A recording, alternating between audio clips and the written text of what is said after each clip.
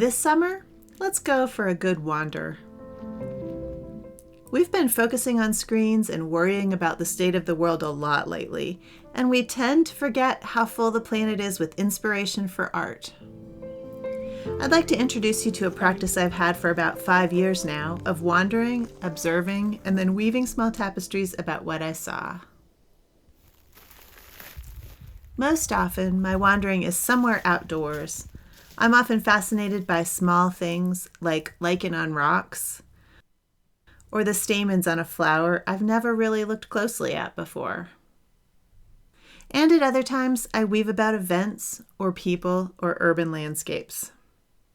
Sometimes I take my sketchbook and loom with me when I leave home.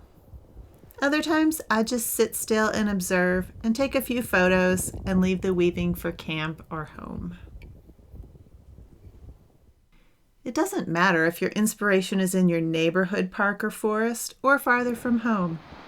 There are fascinating things everywhere on this planet. Join me for a summer of wandering, inspiration, and weaving tapestries from our observations. This process is one of exploration and discovery. It isn't about the finished product, but about enjoying the journey. You can find the details on my website at tapestryweaving.com.